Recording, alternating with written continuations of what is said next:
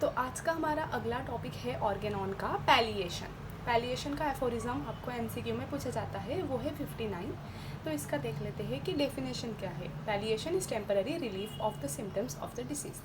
तो यहाँ पे आपको थोड़े टाइम के लिए टेम्पररी रिलीफ मिलेगा जो भी आपके सिम्टम्स थे डिसीज़ के, लेकिन डिसीज़ जो है ना वो उसी ही जगह पे रहेगी और उसी फॉर्म में रहेंगी।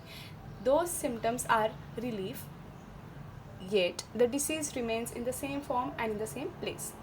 Palliation equal to temporary relief of symptoms when palliation is justifiable.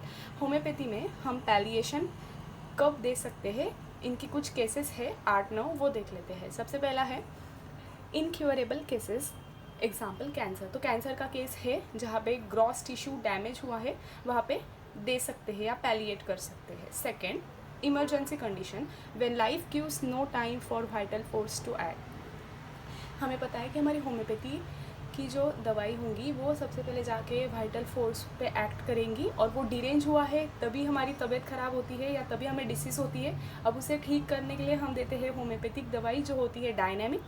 लेकिन कभी कभी इमरजेंसी की केस आ जाती है जहाँ पे life gives no time for vital force to act, तो ऐसे टाइम पे हम पैलिएशन करवाएंगे उस चीज़ का। Third is accident. तो एक्सीडेंट के टाइम पे भी वैसे ही होता है कि हमारे पास ज़्यादा टाइम नहीं होता है, तो ऐसे टाइम पे भी पैलिएशन करवाएंगे। Next, life threatening conditions. तो ड्राउनिंग का केस हो गया, तो इलेक्ट्रिकल शॉक का केस हो गया। अगर ऐसी कोई केसेस आ जाती है सामने तो वहाँ पे भी पैलिएशन को जस्टिफाइबल किया गया है। नेक्स्ट, कंजेनाइटल डिसीजेस या कंजेनाइटल एनामोलिस, कोई बचपन से उन्हें डिसीज़ थी या प्रॉब्लम थी उसकी वजह से अगर वो ठीक नहीं हो रहे हैं तो पैलिएशन करवा देंगे, अभी के लिए टेम्परेरी उनको रिलीफ दे देंगे। आगे का है सस्पेंडेड एनिमेशन।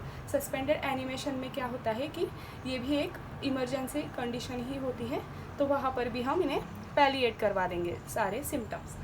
नेक्स्ट है सर्जिकल रिमूवल ऑफ ऑर्गन्स। तो एग्जाम्पल टॉन्सिलाइटिस ले लीजिए, वहाँ पे वो टॉन्सिलाइटिस बार बार होने की वजह से टॉन्सिल का रिमूवल कर देते हैं, लेकिन अब ऐसी केसेस में क्या हो जाता है कि जो सिम्टम्स उन्हें बार बार आने लग जाते हैं, तो वहाँ पे ना हमने पैलिएट कर देंगे थोड़े समय के लिए, उस चीज़ को थोड़ा मतलब उन्हें रिलीफ दे देंगे, तो सर्जिकल रिमूवल भी हो गया। इसके बाद है सडन पॉइजनिंग का केस है, तो वहाँ पर भी। और next, patient lacking any vital organs.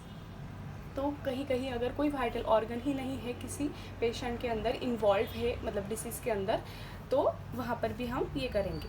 Next है मेरिट्स। तो इसके मेरिट्स क्या है पैलिएशन के, देख लेते हैं। To save the life in life threatening condition, सबसे पहला, और दूसरा है to gain the confidence of the patient. अब इसके क्या डिमेरिट्स है या डिसएडवांटेज है वो देख लेते हैं। Faulty method. अब ये फॉल्टी मेथड है क्योंकि आप अभी के लिए तो टेम्पररी उन्हें रिलीफ दे देंगे सिम्टम्स को, लेकिन फिर बाद में वो वर्स हो जाएगी। अभी के लिए चला जाएगा, वो सब सिम्टम्स चले जाएंगे, लेकिन आगे जब वो फिर से लौटेंगे तो वो ज़्यादा डेंजरस हो जाएंगे। Not curative. तो ये क्यूरेटिव नहीं है, जबकि होम्योपैथी में हम जो भी क्योर करवाते हैं वो होता है एकदम जेंटल, रैपिड और परमानेंट, लेकिन यहाँ पे पैलिएशन में ऐसा कुछ भी नहीं होगा। Third, condition letter become verse. तो वही कि पहले उन्हें टेम्पररी तो रिलीफ मिल जाएगा, लेकिन बाद में जब वो सिम्टम्स लौटेंगे तो वो वर्स कर देंगे पेशेंट की condition. Only few symptoms covered unlike cure. तो क्योर में हम क्या करते हैं, क्योर कैसा होता है होम्योपैथी से पूरा टोटली अच्छे से पूरी बॉडी उनकी क्योर हो जाती है, या हम ऐसे ऑर्गन को नहीं ट्रीट करते, पूरे पर्सन को ट्रीट करते हैं। तो यहाँ पे वही बोल रहे हैं कि only few symptoms are covered unlike cure. तो क्योर में कैसे रैपिड, जेंटल हमारा क्योर रहेगा ऑन कॉम्प्रहेंसिबल प्रिंसिपल्स। तो हमारे जो भी नेचर का लॉ है उसके हिसाब से, मतलब अल्टीमेटली होम्योपैथी से जो क्योर होगा वो है प्रॉपर क्योर नेचर से जो लाया जाता है। तो ये था पैलिएशन। Thank you.